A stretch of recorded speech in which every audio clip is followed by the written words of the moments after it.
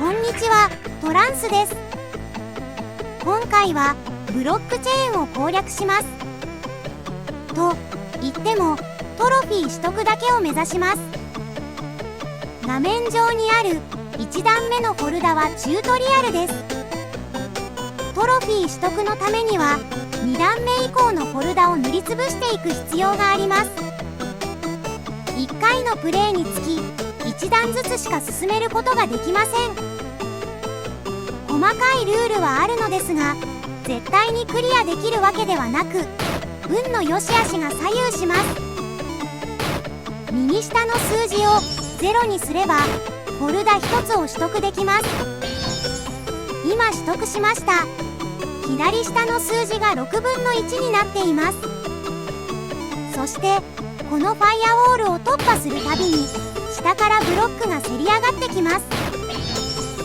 上まで積み上がるとゲームオーバーになるタイプのパズルですが、日本にはありませんね。ブロックを落とす時のセオリーはありますが、運が悪いとどうにもなりません。とりあえずするべきことは、上から降ってくるブロックの数字を縦または横のブロックの個数に合わせます。数字と個数が一致するとその数字ブロックが消え、周囲三方にあるオレンジ色のブロックのガードを下げられます。オレンジ色のブロックのガードを2回下げると数字ブロックに変わります。これがランダムで推理だけでは乗り越えられない状況が頻発します。数字の1と2のブロックが要注意ですが、真ん中まで積み上がると3や4も処理しにくくなります。7は使い勝手が良いです。また6は端に置かない方がいいと思います。トランスは4以上の数字を同じ列に積み上げることが多いです。ですがそれは攻略法になりません。なぜならランダムで出現する数字が妨害するからです。そして1や2が消化できずに積み上がっていくことが多いです。連鎖が作れないなら1や2は出現と同時に消去した方が良いです。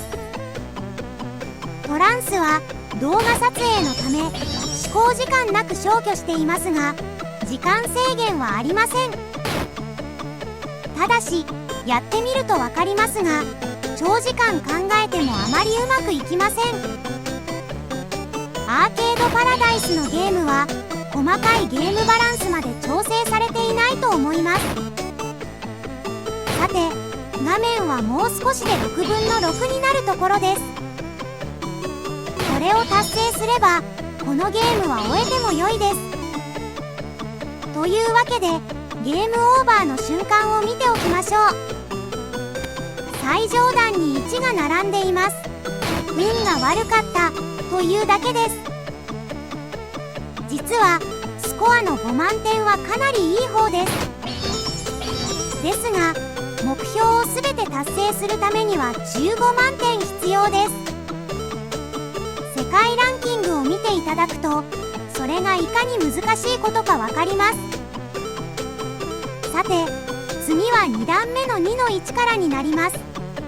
フォルダが7個に増えています。さてこの後に起こった6連鎖を見ておきます。もちろん狙っていません。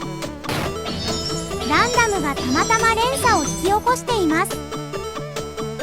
そして点数がとても低いです。トランスは10連鎖をしたことがありますが、目標には遠く及びません。そして7分の7に到達しました。またゲームオーバーまで飛ばします。上段に低い数字ばかり並んでいます。プレイヤーの技量ではどうにもならないことです。さあ気を取り直して3段目の3の1に挑戦します。実は今回は運が悪く7分の7に到達する前にゲームオーバーになってしまいました。7分の5で終了すると先に進めないどころかまた3の1からスタートになります。この辺りのことが分からずにゲームをしているとトロフィーを取得する前に諦めてしまうかもしれません。さて今回も偶然の6連鎖を見ておきましょう。連鎖を狙って起こすのは難しいというのが見ていただけるかと思います。連鎖のスコアも低いですね。もう少し考えて調整すればいいのに。さて7分の7に到達しました。今回もゲームオーバーまで飛ばします。ランダムで1が大量に出てきて楽しくありません。しかし半分は超えました。4列目の4の1に挑戦します。今回は画面右のハックと書いてあるアイテムを使用します。かなりうまくいきました。こんなことは珍しいです。5連鎖するとまたアイテムが使用できます。ですので極めるのであれば5連鎖の可能性がある消し方を続けることになります。アイテムは出し惜しみせず画面半分までいったら使いましょう。そして最後の5段目、これは5の8まであります。実はプレイステーション4の録画ファイルが破損してしまい、ここから先はプレイステーション5の動画になります。この時はルールもよく分かっておらず適当に落下させてトロフィーを取得していました。左上にある1の2つ並びが解消できずに積み上がってしまいました。その右下の2の縦並びといい手の施しようがありません。ゲームオーバーと同時にトロフィーを取得しました。トロフィーを取る以外にはあまり進められません。いかがでしたか？また来週お会いしましょう。